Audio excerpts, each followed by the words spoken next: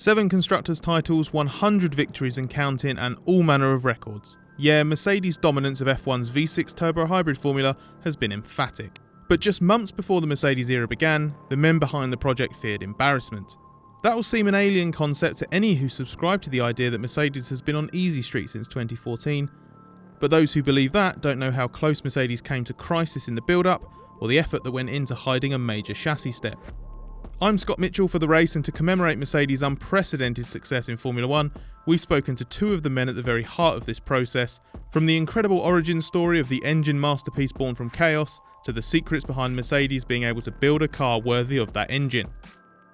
A quick thank you to everyone who has subscribed to our channel so far. If you're not yet on board, we hope this video wins you over, because we're diving into 8 of the best unheard behind the scenes stories that shaped Mercedes into what we see today.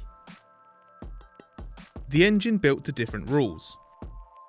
You can trace the origins of the 2014 Mercedes power unit back several years, to when F1's rules were going to be different, an inline 4-cylinder engine rather than a V6.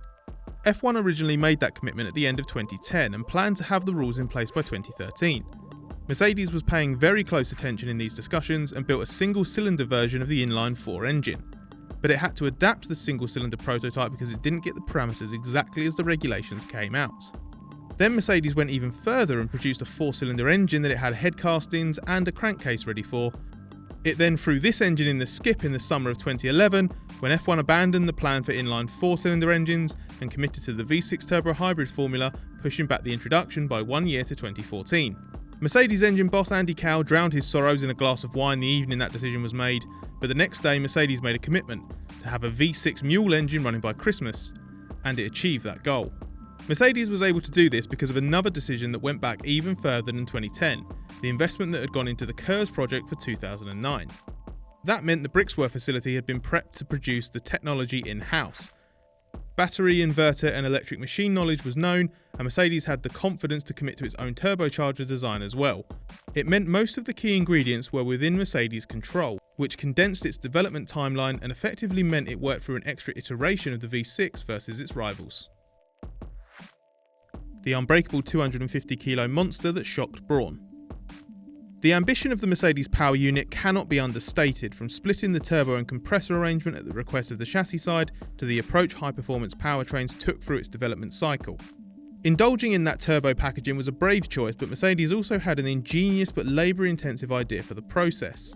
The leadership team across Brackley and Brixworth effectively designed 3 engines, including one so-called unbreakable design that clocked in at around 250 kilos, more than 100 kilos more than the eventual race engine would weigh.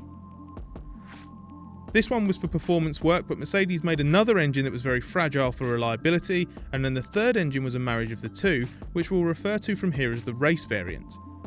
The split engine approach meant it could work on performance without being affected by reliability, and develop reliability without holding back performance. The 250 kilo monster prioritised substance over style, and it shocked then Mercedes boss Ross Brawn when he first saw it.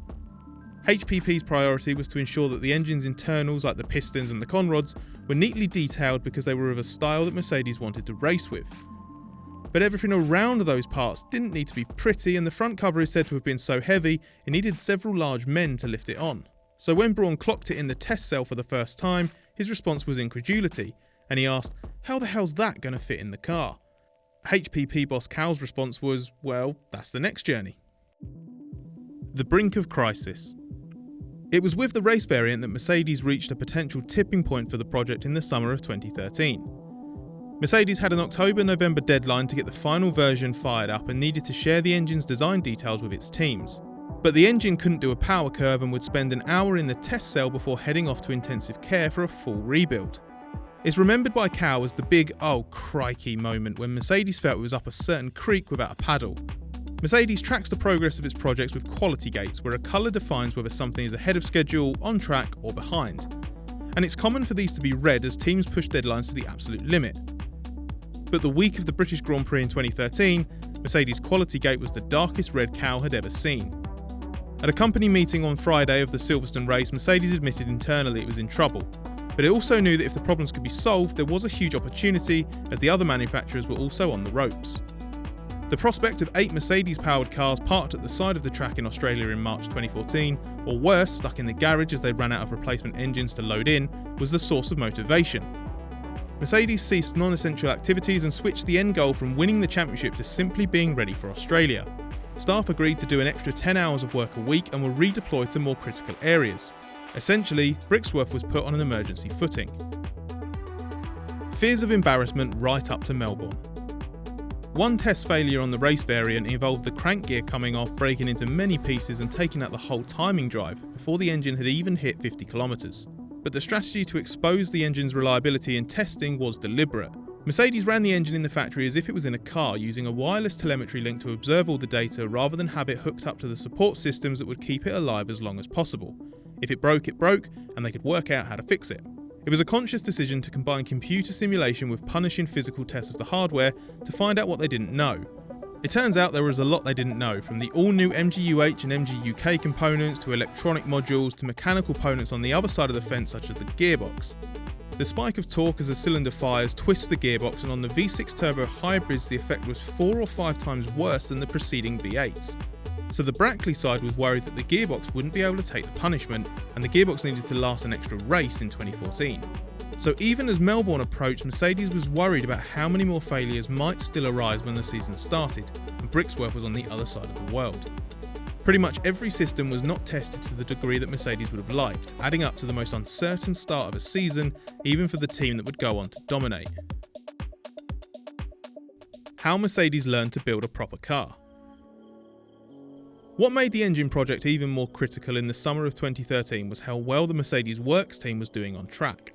When Mercedes took over Brawn Grand Prix, on the surface it looked like the purchase of a turnkey title-winning operation. But Brawn's Phoenix-like 2009 success was the result of immense Honda resources that had been ploughed in until the Japanese manufacturer decided to withdraw in 2008. In the background the project had slowed right down, but Brawn did just enough to win in 2009.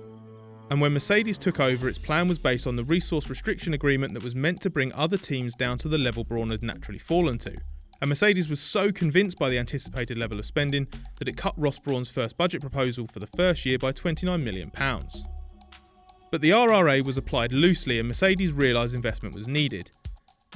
The manufacturer committed to that funding in 2011 and 2012 after briefly considering withdrawing its support altogether, but the team still needed to get internal departments pulling in the same direction. And that's what happened with the 2013 car, so the W04 represented a massive breakthrough. Until 2012, the competing elements of the car like the tyres, aero, engines, trackside inputs and driver input were still being pushed in their own directions at the expense of the global picture. Mercedes' solution was to establish the Performance Group, which comprised a few key members and prioritised the pursuit of one direction. The 2013 car was the first product of that, and a very useful statement of intent for the future. This system also formed the basis of the Mercedes culture that we hear so much about today. It built reassurance, confidence and trust, which allowed the team to have some tough conversations and encouraged staff to attempt difficult things without fear of failure. That's manifested itself on the Brixworth side in the form of a split turbocharger and compressor, and the Brackley side with a wacky steering system that moves backwards and forwards as well as side to side, plus countless other things we don't know about. Tricking Red Bull in 2013. Mercedes' chassis breakthrough coincided with Lewis Hamilton's arrival, and Mercedes won 3 races in 2013, including Hamilton's first victory in Hungary before the summer break.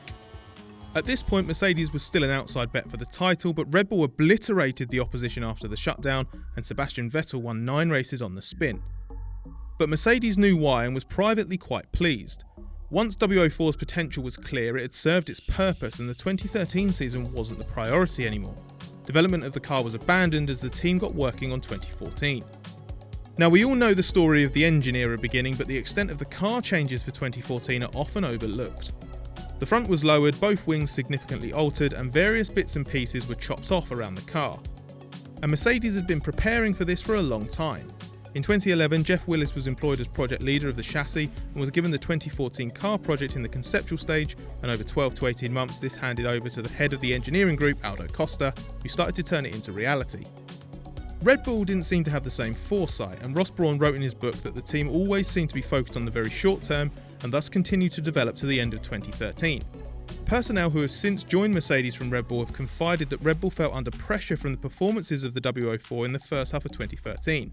Red Bull therefore felt it needed to keep pushing after the summer, which stopped them looking forward and meant they were effectively duped into fearing it was being caught, while in reality Mercedes was fully on to 2014 with both the engine and the chassis. One of the biggest upgrades ever. The reliability setbacks through the engine development were regular and at times spectacular, and because of time pressures, Mercedes was not getting the full learning out of each test engine before committing to the next one. These setbacks put enormous pressure on capacity and meant that all new hardware being deployed was to the reliability side of the operation to fix problems. On the performance side, they were feeding off scraps with older, tired hardware that would last a short while before breaking. Mercedes could therefore have decided that the performance level reached in the summer of 2013 would be the level it committed to for Melbourne, but it didn't. The performance group came up with a performance update in December that could be applied to the hardware without needing an all-new cylinder head. Relatively small component changes would net a decent performance update, but the snag was it required a spend that hadn't been accounted for, and that meant flying to Stuttgart to pitch for the funding, which was granted. A couple of months later in Bahrain testing, Mercedes struck gold again. At lunchtime one day, it wound in a performance update that Cal calls one of the biggest he's ever seen, making everyone think it was only the engine. If there was one tangible epiphany with the 2013 car, it was that Mercedes seemed to finally understand how to make the tyres work for the first time. But it still lacked total confidence in its progress, and that played a part in Mercedes' advantage early in 2014 not being fully known, even within the team. A straight line speed advantage meant Mercedes was able to take it easy round the corners, still a little bit nervous about its tyre life. And as Mercedes dominated the opening races without having to lean on the car's performance, the easy conclusion was it was winning simply because of the engine rules. But there was no frustration internally that the engine was winning all the plaudits. This was partly because Brackley recognised the brilliance of the engine that Brixworth had produced, but it was also because letting rivals think it was all the engine became a deliberate ploy. Chassis secrets are on display for all to see, but the engine is all internal. Mercedes was revelling in its newfound design confidence as it approached the challenge of 2014, and came up with what it felt was some pretty adventurous suspension that required a very narrow span front lower wishbone, which even the team acknowledges didn't really look like it should work. But it clearly did, and Mercedes was on to a very good aero concept. So letting the other teams believe that its success was all about the engine was something Mercedes was keen to do, even if that meant talking down the chassis. Mercedes' efforts to conceal the effectiveness of its car extended beyond 2014, and it would run lower wing levels for many years to make the engine look better on the straights. It was important to keep people on the wrong path as much as Mercedes could, and it seemed to have worked for a really long time, given it's only this season that Mercedes homages have started to become more commonplace, with several teams finally adopting a narrow nose, and Racing Point going the whole hog with a full-scale copy. With 7 Constructors' titles in 7 seasons, it seems the opposition have finally clocked that Mercedes cars have been pretty decent as well. That's our rundown of some of the best stories we've uncovered behind Mercedes' F1 domination, but do you have a favourite? Or is there a part of F1's best team that you'd like to learn more about? Let us know in the comments below, and if you like this special feature, please give us a thumbs up and subscribe to the race to check out our future videos as well. Like Mercedes, we've got no intention of slowing down.